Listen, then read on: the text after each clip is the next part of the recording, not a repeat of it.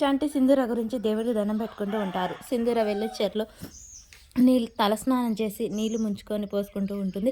అలా చంటిని సింధూరాన్ని అయితే దేవుడిని మధ్యలో పెట్టి చూపిస్తూ ఉంటారు. అలా చంటితోనే జీవితం ముడిపడుతుంది అన్న దేవుడి ఆశీర్వాదం అయితే మనకు కనిపిస్తూ ఉంటుంది. ఇక అలా సింధూర బిందెలో నీళ్లు పట్టుకొని వస్తూ ఉంటుంది. చెంచలమ్మ సింధూర వైపే చూస్తూ అక్కడ దేవుని దగ్గర కూర్చొని చూస్తూ ఉంటుంది. సింధూర బిందెతో నీళ్ళు తేగానే అమ్మాయి గారు ఇటువంటి నీ మోస్తాను అని చెప్పేసి సింధూరకు చిన్న కష్టం కలిగిన చంటి తట్టుకోలేకపోతూ ఉంటాడు. అలా బిందెను తీసుకెళ్ళి మెట్లన్నీ శుభ్రం చేయించి కడుగుతూ అక్కడ సువ్వి సువ్వి అనే పాట వస్తూ ఉంటుంది. అలా వాళ్ళిద్దరు ఆ పాట పాడుకుంటూ శుభ్రంగా మెట్లు కడిగి తూడ్చి కడుగుతూ ఉంటారు. ఒకసారిగా సింధూర తన భర్త చనిపోయిన విషయాన్ని గుర్తు చేసుకుంటూ ఉంటుంది. అలా గుర్తు చేసుకొని మౌనంగా నిలబడగానే చంటి మళ్ళా తన పాటతో సింధూరాన్ని మెలకువలోకి తెస్తాడు. అలా చంటి సింధూర అయితే చాలా సంతోషంగా గుడిమెట్లన్నీ శుభ్రం చేస్తారు.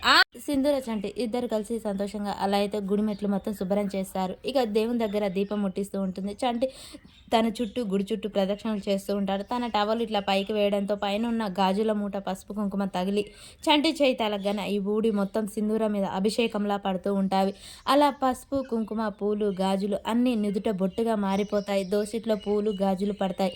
ఇక నెత్తి మీద నుదుట పసుపు కుంకుమ పడుతుంది. అలా చూడగానే చంటి చాలా సంతోషపడుతూ ఉంటాడు.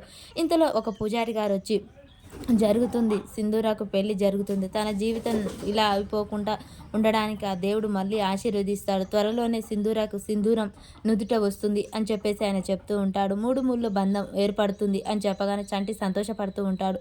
ఇక పూజారి నోట ఆ మాటలు వినగానే సింధూర చెంచలమ్మ అయితే షాక్ అయి చూస్తూ ఉంటారు. మరి చెంచలమ్మ స్వామీజీ చెప్పింది అంగీకరించి సింధూర పెళ్లికి ఒప్పుకుంటుందా, అసలు ఏం జరుగుతుంది అనేది మనకు రేపటి ఎపిసోడ్లో తెలుస్తుంది.